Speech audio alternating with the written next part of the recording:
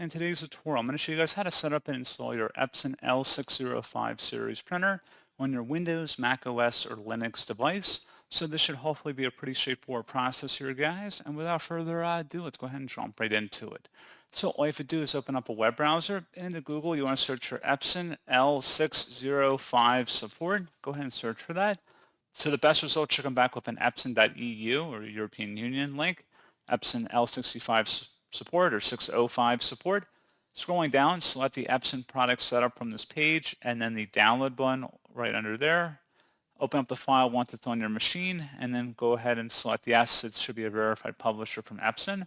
And then just proceed with the installer to customize options like wired or wireless printing, as well as optional additional features that come bundled with the installer. And that's pretty much it.